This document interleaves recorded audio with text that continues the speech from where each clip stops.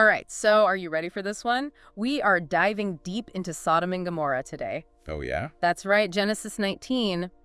You sent in some fascinating excerpts from Genesis 19, and this is a story I think a lot of people have heard of but might not know all the details. Yeah, it's one of those stories that kind of gets passed around and you hear the highlights, but Yeah. but there's so much more to it when you really get into it. Oh, absolutely. I mean, we're talking angels, we're talking divine judgment, we've got a city's outcry reaching heaven, a wife turned into salt.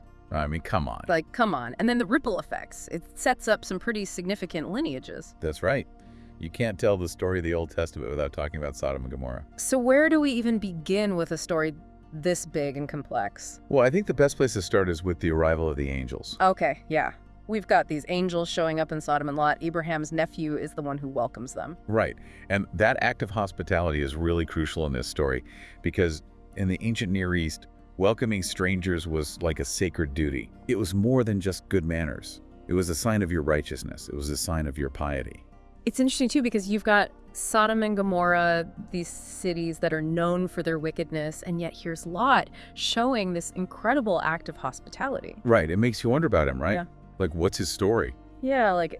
I mean, obviously the outcry against these cities has reached God, and these angels are there on a divine mission. But Lot showing them hospitality even in this wicked city, it really does say a lot about him. Mm-hmm.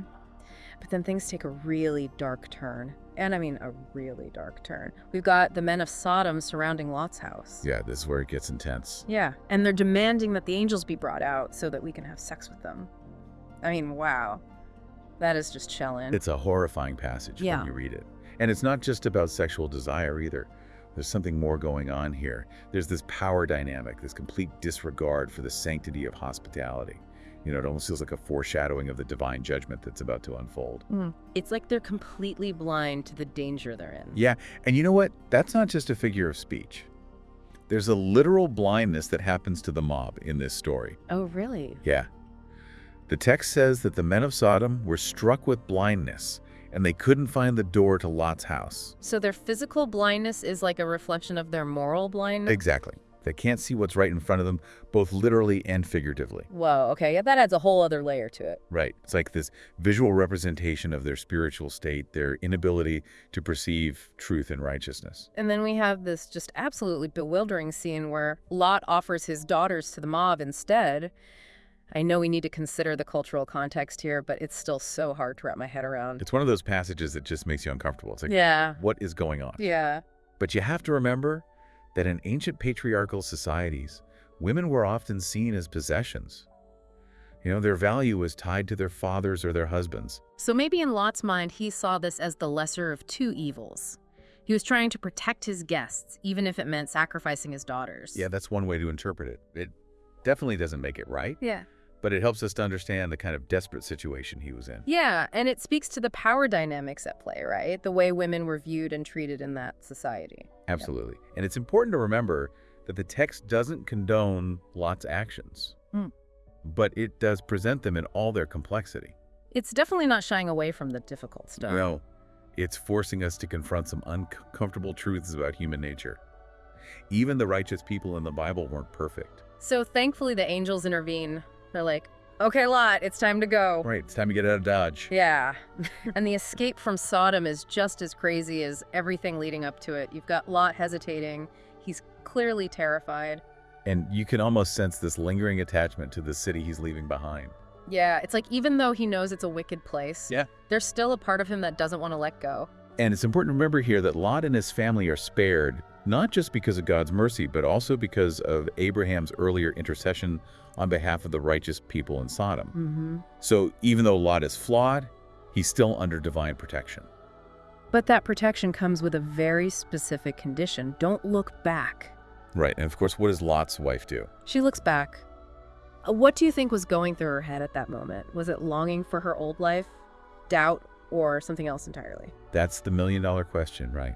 And I don't think there's one easy answer. Some scholars believe that looking back represents this longing for the past. Yeah. You know, a reluctance to embrace the new path that God has set out for them. Like she's still attached to the old way of doing things. Yeah. And others connected to ancient beliefs about the danger of witnessing divine power. Like, you're not supposed to look at God directly. So it's not just about a physical act of turning around. It's about where her heart is at. Exactly. And her transformation into a pillar of salt. Yeah. It's this incredibly vivid warning. It's a consequence of disobedience, but also of clinging to something that's ultimately destructive. And it makes you think about, what are we clinging to in our own lives that might be holding us back? What are we afraid to let go of? It's a powerful image, and it really speaks to the human condition. Our tendency to hold on to the familiar, even when it's not good for us. It's so interesting that you bring up that idea of clinging, because after all of this, Lot and his daughters end up in a cave, completely isolated and afraid. Right. They've escaped the physical destruction of Sodom, but they're clearly not out of the woods yet. Not at all. And this leads to some choices that are, well, deeply troubling, to say the least. This is where things get really, really dark. Yeah, you're talking about the part with Lot and his daughters, right? This has always been one of the most difficult passages in the Bible for me to understand. It's definitely a challenging one. And it raises a lot of questions about the long-term effects of trauma, the desperation that can arise from fear, and the choices people make when they feel they have no other options. So you're saying we should look at it as a consequence of the trauma they endured, not necessarily a condoned act. Exactly. And what's fascinating here is that these events, as disturbing as they are, end up having a major impact on history. These encounters result in the birth of Moab and Ben-Ammi, who become the fathers of the Moabites and Ammonites. Wow, so this very personal, even scandalous story is directly tied to the origins of entire nations. Absolutely. And these nations play significant roles in the history of Israel, sometimes as allies, sometimes as enemies. It really highlights the ripple effects of choices, both good and bad. It's a reminder that even seemingly isolated events in the past can have these massive consequences that echo through time. It's mind-blowing to think about how these very personal struggles can have such a profound impact on the course of history. It really underscores the interconnectedness of everything, doesn't it? It does. Yeah. And it makes you wonder what kind of ripple effects our own choices are creating. Right. Like, what kind of legacy are we leaving behind? Big questions. Big questions indeed. Yeah, it really does make you think. And it brings us back, I guess, to the destruction of Sodom and Gomorrah itself. It's described in such vivid, terrifying terms in the text, like burning sulfur rained down from the Lord out of the heavens. I mean, it's apocalyptic. It really is. Yeah. And I think that imagery is intentional. The language is so powerful, and it emphasizes the total destruction of these cities. Not just the people, but the buildings, the vegetation, everything is just consumed. It's like God is hitting the reset button. Exactly. And it goes back to this idea of consequence. The text is pretty clear that the wickedness of Sodom and Gomorrah had reached a point where this level of divine intervention was necessary. It makes you think about the nature of good and evil and the limits of divine mercy. For sure. This story forces us to confront some really uncomfortable questions about human nature and the consequences of our actions, both individually and collectively. And it's interesting because even though we live in a very different world today, we still grapple with these same questions. Like, what are the lines we shouldn't cross as a society? Are there consequences for our collective actions? Yeah, I think that's why this story continues to resonate with people thousands of years later. It acts as this kind of timeless cautionary tale. It reminds us of the potential for both good and evil within humanity, and the importance of moral accountability. And it's a testament to the power of stories, right? How they can transcend time and culture to speak to these really fundamental human concerns. Like, even though the story was written thousands of years ago, it still feels relevant today. Oh, absolutely. And what's also fascinating to me is how this story has been interpreted in so many different ways throughout history. Some people read it as a literal account of historical events, while others view it more metaphorically as a commentary on human nature or the dangers of societal corruption. So even within the context of faith, there's room for different perspectives on what the story means. For sure. And I think that's part of what makes it so engaging. It invites us to have these conversations, to wrestle with the text and its multiple layers of meaning, Okay, so we've talked about the big picture themes, like judgment and destruction. But what about the individuals involved? What do you make of Lot? He seems like he's trying to do the right thing, but he also makes some pretty questionable choices. Lot is a complicated guy. He's definitely a flawed hero. He's portrayed as this righteous man living in a wicked city, but he's also deeply human, with all the complexities and contradictions that come with that. Like he's constantly being tested. Exactly. You see his internal struggles play out in the story, like when he offers his daughters to the mob or hesitates to leave Sodom, or even his vulnerability in the cave. All of those moments reveal something about him. Yeah, it's like he's caught between two worlds, trying to navigate this really complex moral landscape. Absolutely. And I think that makes him relatable. Mm. Even to modern readers, we all face tough choices. Mm. And sometimes we make mistakes even when we have the best intentions. Mm-hmm. You know, I also keep coming back to that "don't look back" command. It's such a powerful motif, not just in the Bible, but in so many myths and stories throughout history. What do you think it means, beyond just a literal instruction? I think it speaks to this very human struggle with letting go of the past. Yeah. On one level, it's about obedience and trusting in a higher power. But on a deeper level, it's about embracing the unknown and moving forward. So Lot's wife turning into a pillar of salt, it's not just about disobeying a direct command. It's about clinging to something that's ultimately harmful. Exactly. It's about holding on to the familiar, even when it's destructive. It's a reminder that sometimes letting go is the hardest, but also the most necessary thing we could do. Wow, that's powerful. And it makes me think about all the ways we might be holding ourselves back in our own lives. What are we afraid to let go of? What's preventing us from stepping into the unknown? Those are great questions. And they bring us to another really important aspect of this story, the lasting impact of trauma. You're talking about what happens with Lot and his daughters in the cave, right? It's such a disturbing part of the story. And it's hard to reconcile it with the idea of Lot as this righteous man. It's a tough passage, for sure.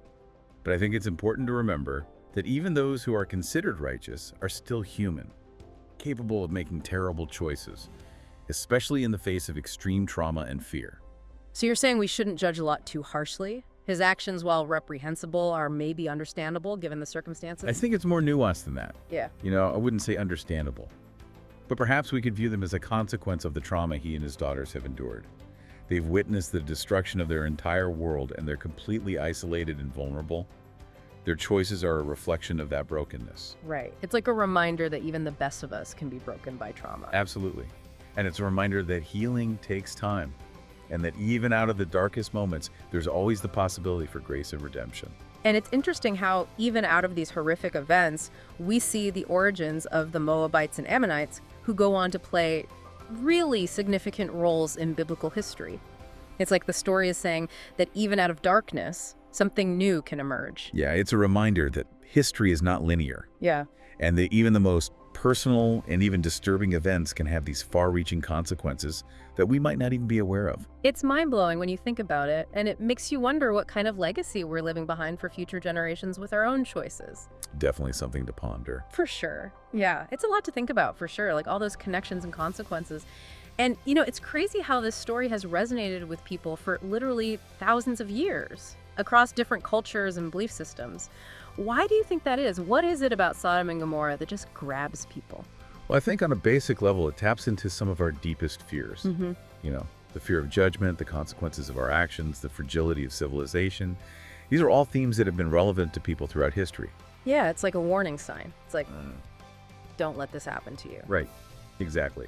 But it's also more than that. I think it's a reflection of the human condition, our capacity for both great good and terrible evil, and the constant struggle between those two forces. And how those choices play out, Right. both on an individual level and a societal level. Yeah, for sure.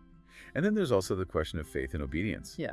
Lot is portrayed as this righteous man, but he's constantly questioning and doubting, even as he's being rescued. It's like he can't quite wrap his head around what's happening. Right. And I think that's something a lot of people can relate to. Faith isn't always easy, and sometimes it's tested in the face of really challenging circumstances. It definitely makes you think about how we interpret and apply these ancient stories to our own lives. For some people, it might be a literal account of historical events, and for others, it might be more allegorical, a story about temptation or the consequences of our choices. Yeah, and I think there's room for all of those interpretations. It's Yeah. part of what makes these stories so rich and enduring. They invite us to engage with them on multiple levels, to find meaning and relevance for our own lives in our own time. So after spending all this time with this story, what do you think is the biggest takeaway for us today? What's the thing that people should really walk away with? That's a good question. I don't think there's one simple answer. But maybe the most important thing is that this story encourages us to think critically, to question our assumptions and to wrestle with the complexity of things, like faith, morality, the human experience. It's not a story that gives us easy answers, but it definitely gives us a lot to think about. Yeah, it's more about the questions than the answers. Exactly. Well, this has been an incredible deep dive. I mean, this story, it's just so much more than I even realized. It's disturbing and challenging, but also thought-provoking. Yeah, it's not always an easy story to read, Yeah. but it's definitely a story that stays with you. And that makes you think. And that's what we're all about here, right? Getting people to think critically and engage with these ancient texts in new ways. Absolutely, that's the goal. So to everyone listening, thank you for joining us on this journey. And keep those minds curious and those hearts open. Until next time, happy exploring.